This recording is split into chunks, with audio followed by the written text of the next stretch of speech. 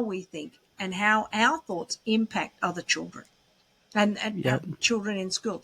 And when I take on children, the thing I want to say to them is that you are a future rocket scientist, irrespective of how you come to me. I believe I can teach you to read, and you are brilliant, and you are capable. And that's the most important thing that I want my children, my students, to take away. I love that. Tell the kids that they can do anything, and you're going to see them do remarkable things. Yes. So Yes. it's amazing. I love that outlook. I love how you teach. Hello, everyone. Welcome to the Infinite Abilities Podcast.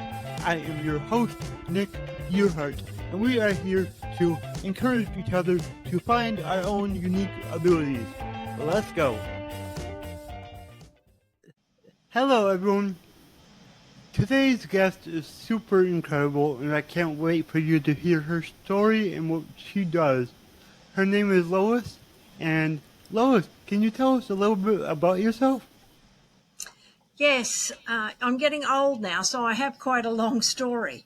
But my journey into this space really began when my second son went to school in 1994, and he failed. I knew that he wet his pants and he bit his fingernails. I didn't know the teacher shouted at him every day. I knew that he was staring into space, but the teacher told me that's all he does, is stare into space all day. And when that happens, the next thing that happens is there's a testing process.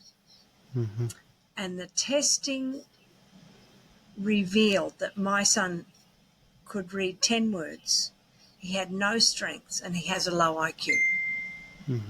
And the moment you're put into that basket of unable to do anything, that really drives a lot of instruction. I've got my phone dinging for some reason. And it's really challenging because you trust the school system. Exactly. And so that's what we did. But however, we're privileged, and my husband is a professor. And the following year, he had study leave in Oxford, England. So it gives us a break from the school system. And we're Australian, so we're going from Australia to the UK for 6 months. And I decided I'm going to try and help Nicholas at home. I asked him if he wanted to go to schools there, and I just watched the blood drain from his face. And I thought, I can't do this. So I had this series of books called Success for All, words on a page, and he couldn't do it. You get to the end of the page, go back to the beginning, and there's nothing there, and there's nothing in his brain. And that was disastrous. And when my mother-in-law was with me and she was hearing me get frustrated, and poor little Nicholas' shoulders are just getting closer to his ears, and he's just terrified of everything, she said, Lois, put away what's not working and make learning fun. Yep. There you go. And that caused me to really stop and think, what can the next step be? And I thought, I know he can rhyme words and I know he can see patterns. And with that, I started to write the simplest little poem ever with bugs, mug, lug, tug. I read it to him and he loved it. He loved it. Awesome. And he relaxed and he giggled, and then we made a picture of it, and it took hours. I mean, I'm telling you in minutes, it took hours to do all of this. But he loved it. And because one poem worked, you do another and another and another. And every day he's taking these baby steps to read these poems. One person spoke to me when I was in Oxford, and she gave me a series of books to help with the decoding. But I did the poetry first and then the decoding. And a lot of that was hands-on stuff, so we could work together to do it. Yep. And I keep writing these poems for him, and the poetry is exploding. And the double O's come up as in cook, look, and book. Mm-hmm. And I wrote a poem about the last of the great explorers, Captain James Cook. Mm-hmm. And poetry is simple, very simple. You know, Captain Cook had a notion there's a gap in the map in the great big ocean. He took a look without the help of any book, hoping to find a quiet little nook. And that's all it takes for them to start asking questions about what did Cook know when he left England? What's it like to sail across an ocean in unknown territory without a map, without a guide? And what's it like to then sail up the east coast of Australia? And he got into trouble because he didn't know the reef was there.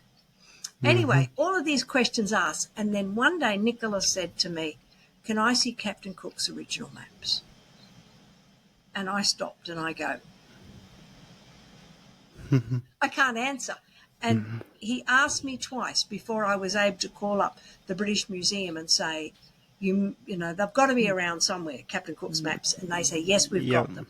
But he's 7, so he can't see the originals, but he can see photocopies, facsimiles. That works. That works. Yep. While we're doing this, Nicholas then said to me, who came before Captain Cook? And I, smarty pants here, says, well, Nicholas, that was Christopher Columbus. And then he said, and who came before Columbus? And I am blown away because I knew that all of the questions he was asking did not come from a child with a low IQ. Exactly. And that was a critical point in seeing it's not a problem within the child. Yes, he's got language problems and he's struggling with this and this and this, but he can think. And that was a really critical component for me to see. We returned to Australia. I meet the diagnostician who'd done the testing, and I said, you know, we've just had this amazing time. He's doing really well, and I'm just so proud of all that he's done. The lady stands in front of me, puts her hands on her hips and says, well, I've spoken with the reading teacher and he's gone backwards. And in fact, he's the worst child I've seen in 20 years of teaching. Wow. Yeah, you know, it's, you know, like you're saying, it's not the child, it's the education. Everybody learns differently. So as a teacher, sometimes you gotta figure out what works for certain children because they're not all the same. We all learn different, and you have to take different approaches with different children. You have to take different approaches with different children. Brilliant. Because what happened next was really quite astounding. Nicholas came home with sentences to learn the sight words, you know, the words that are fairly abstract. And he came home with the word saw. And there were 2 sentences on the paper. And the first was, I saw a cat climb up a tree. And the second was, I saw a man rob a bank. And Nicholas stood in front of me with this little paper and he said, I saw a cat, and he stopped. And he went back and he says, I was a cat. No. And then he said, I asked a cat, and I asked a cat, and he just handed me the paper. He didn't even attempt the second sentence. And when I work with teachers, I say, what do you think is happening here? And too many teachers say to me, he's dyslexic. That's why he's not doing it. That's not the problem. The problem is that the teacher has provided the abstract meaning of the word saw. The word saw has at least 3 meanings. The first is the object, the physical object. The second is to cut. And the third is the past tense of the word to see. And the teacher has provided only the abstract. The child is thinking concretely. The child is cutting the cat in half. And he says, you don't do that. And it didn't make any sense to him. Wow. The other component is, you've got to ask, has he seen a cat climb up a tree? Because the teacher has used standard sentences for this child who has visited another country, and she couldn't say to him, what did you see when you were in the UK? Mm-hmm. When I went back to teaching, and I went back and I became a reading specialist, and I had to do additional studies for that, the paper that stuck with me to this day was called Beyond the Deficit Theory by an Australian professor called Brian Camborne. And in it he said, the moment a child fails to learn to read, what do? We blame the child. We say they've got a low IQ, they've got dyslexia, they've got, look at their home background, look at this, look at why they're failing. Instead of, why do children fail? We give incomplete examples of how the written language works. What did the reading teacher do? And this is the other part that I've forgotten to say. The reading teacher was teaching my son one-on-one, 4 days a week, 30 minutes a day. And she couldn't standardize that sentence or did the teacher make a mistake? We fail to give children complete examples of how the written language works. That became the absolute foundation of how I work with students. When they do not get something, what is it that I'm doing that has stopped this child from recalling and from memory? Wow. I wish more teachers took that approach, because the world would be a different place. It would. It would. So you are remarkable. So I salute you for everything you've done, and you took the time to figure out, okay, what isn't working? What am I doing wrong? Not what is the child doing wrong, what am I doing wrong? How can I fix it? Yeah. You took responsibility. Yes. And that's huge. A lot of people don't like to take responsibility, but you took it into your own hands, and you learned what you needed to do to help your students, and that is just so remarkable. Yeah. Remarkable. It changed my whole approach to how we teach reading. Because we do standardize everything and we think we can just walk in and do X, Y, and Z. You can for many children. You can't for the children who are down in the lowest percentiles. And it takes us another, 5 or 6 years before we get the acceptable diagnosis that my son has a speech language impairment, or today they say developmental language disorder. And what I didn't know about my boy was that he has a genetic problem with his ears, and I knew he had ear infections from the ages of 8 to 18 months, and during that time he cannot hear accurately. It inputs the language and the brain learning. His strength is doing puzzles.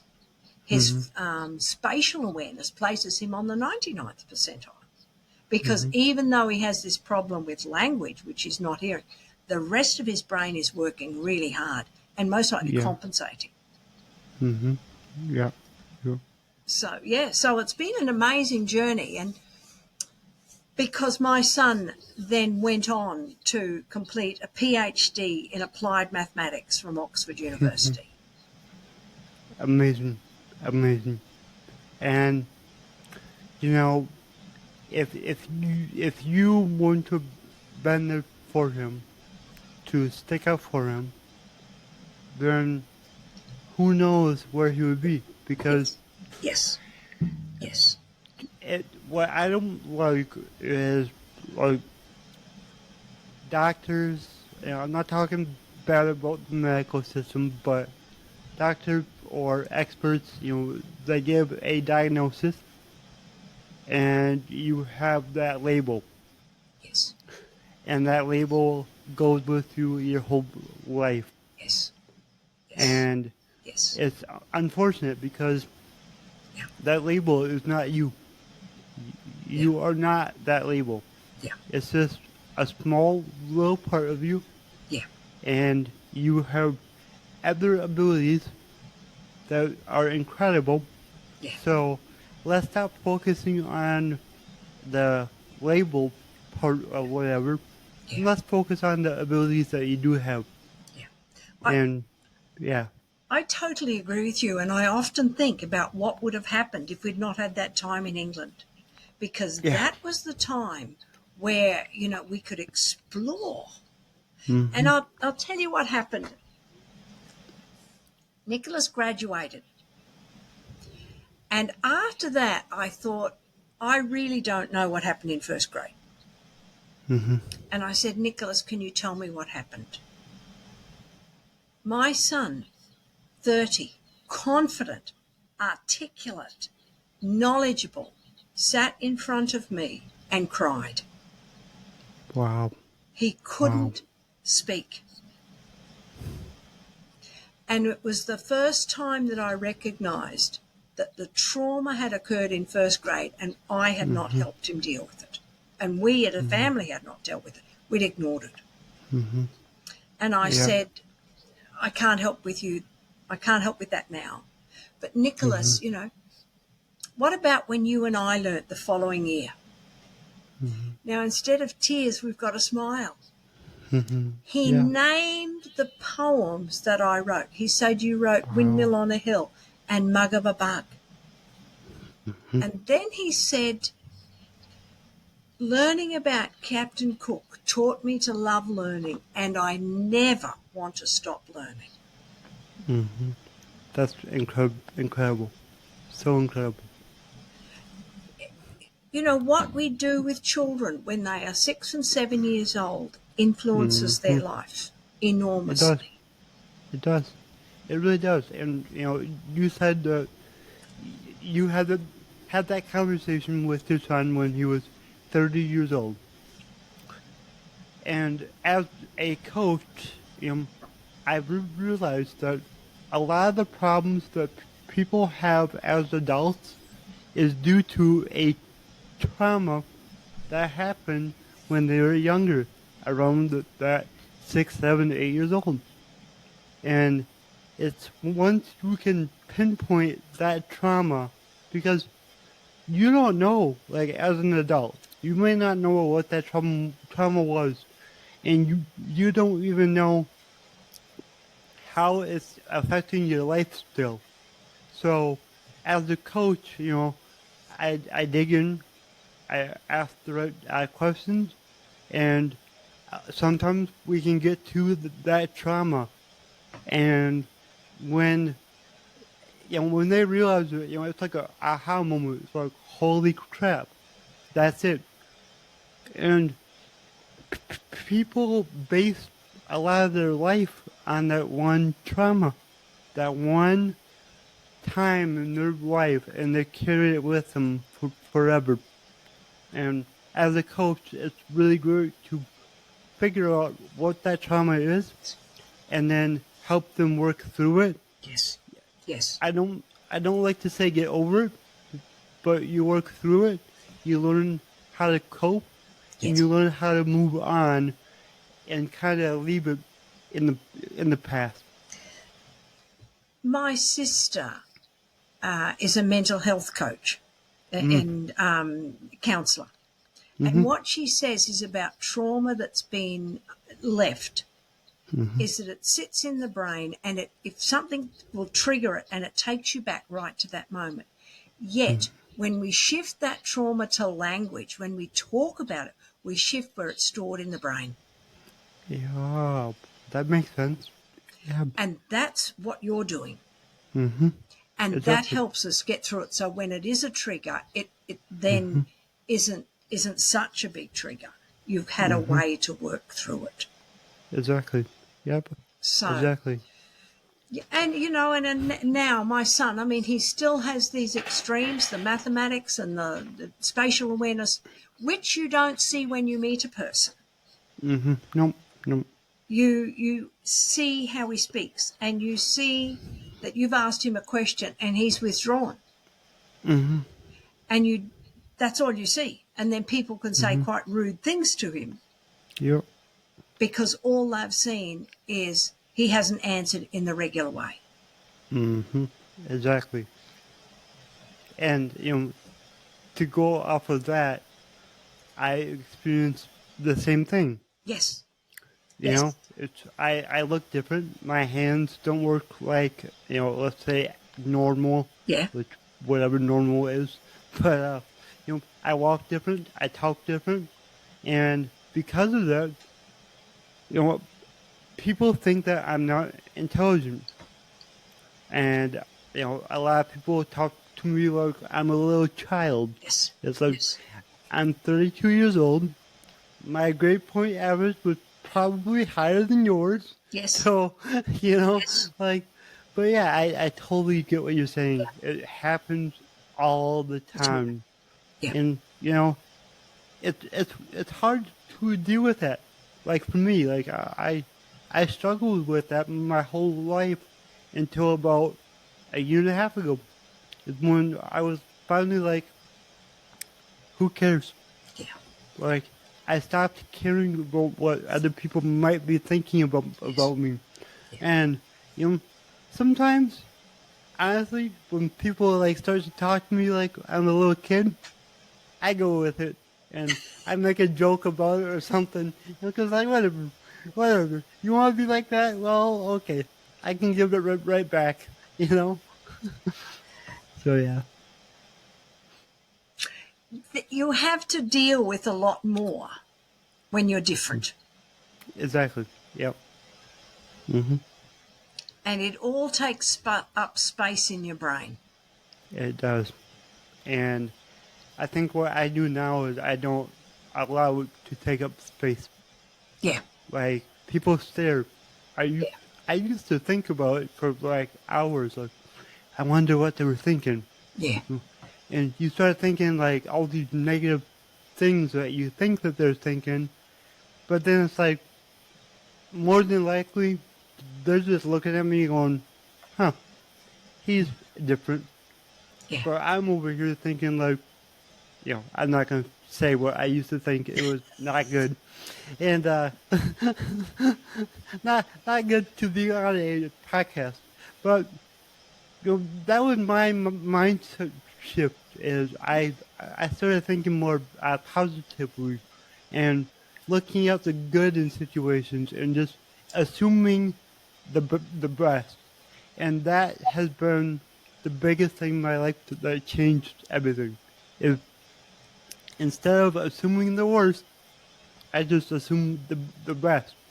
Because at the end of the day, that person staring at me, I probably won't ever see them again. Yeah. So it doesn't matter. Yeah. Yeah. That's all it can be. Yeah. Yeah. I wrote a book about our journey, and it's this reverse to memoir, and it really has a lot to do with what you just said. The way people see you, because it starts off low. There's a problem in the beginning. Obviously, he fails first grade. Then we have the successes. Then we have the worst child I've seen in 20 years of teaching. Then it comes up and up and up and up again, and then we have good. Then we have another plummet. Something else goes wrong, or someone else did exactly what they did to you. They make a judgment on the first 10 minutes or half an hour of meeting a child under a stressful situation. Exactly. And then again, they put him in a basket that says this child can't learn. Yep. And so, that's what I love the story that I have written, because it shows how we think and how our thoughts impact other children and children in school. And when I take on children, the thing I want to say to them is that you are a future rocket scientist, irrespective of how you come to me. I believe I can teach you to read, and you are brilliant, and you are capable. And that's the most important thing that I want my children, my students, to take away. I love that.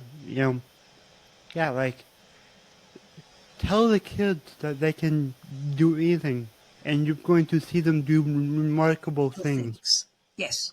So, it's amazing. I love I love that outlook. I love how you teach, and it's just like it's so different than mainstream, which is sad. Yeah. It's sad, Yeah. like And as you said, the cost of not teaching our children to read.